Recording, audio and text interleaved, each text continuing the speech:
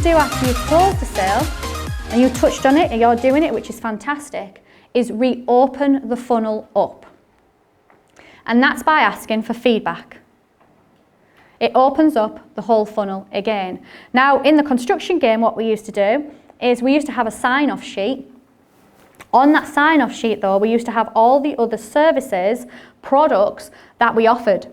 So we'd do kitchens, we'd do bathrooms, we'd do all these other things. And it would say, in the future, do you require any of these services? And once they gave a tick, that was our green light to say, there's an opportunity of an additional sale in the business. So what would happen is we'd take the sign-off sheet, get the feedback on the customer's journey, the lads that went in, from the sales rep to the actual receptionist. They'd fill it all in, tick the things they were interested in. A month later, the team would then follow up and then offer the services that were available there just by getting feedback, which is really important. And a massive thing there is a lot of businesses don't follow up.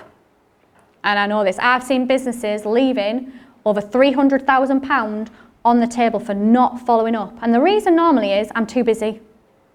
I don't have enough time. And it's like, whoa.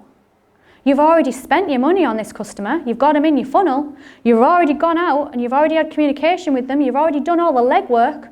You've already given them a quote. And then you just don't ask them if they want it. Because you're too busy, but you just spent all that money on them. Your time. So if you're not following up, guaranteed right now, that's something you can do immediately in your business that will bring it money in for not a penny. You've already spent money on that customer. So that's something everybody needs to start looking into the business. Do you follow up? Do you get feedback? And here it is, the follow up. That's massive.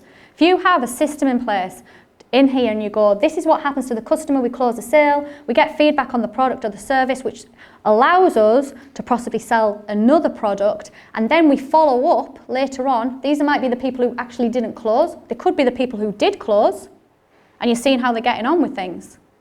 But a lot of people think, oh, someone didn't buy, that's it, end of that journey. It's not. Just because you're ready to sell doesn't mean they're ready to buy. Does that make sense? And with that as well, the amount of touch points it now takes a person to actually get to a buy-in stage can be up to 27 touch points. Now a touch point can be somebody seeing your ad, somebody reading an email, somebody seeing your Facebook page, somebody watching one of your videos on YouTube, somebody seeing your shop. All these things, touch points. But there can be up to 27 touch points to actually have a sale. So a lot of people stop at the first touch point.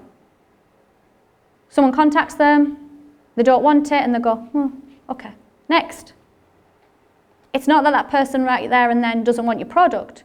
It's just possibly that they just need more time. It might be that they just need a bit more information. So just think about your customers now. Are there customers there who are sat there right now that you could go back to, follow up on, and give them more information? Or put them in an automation where they get more information so you're not having to physically do it.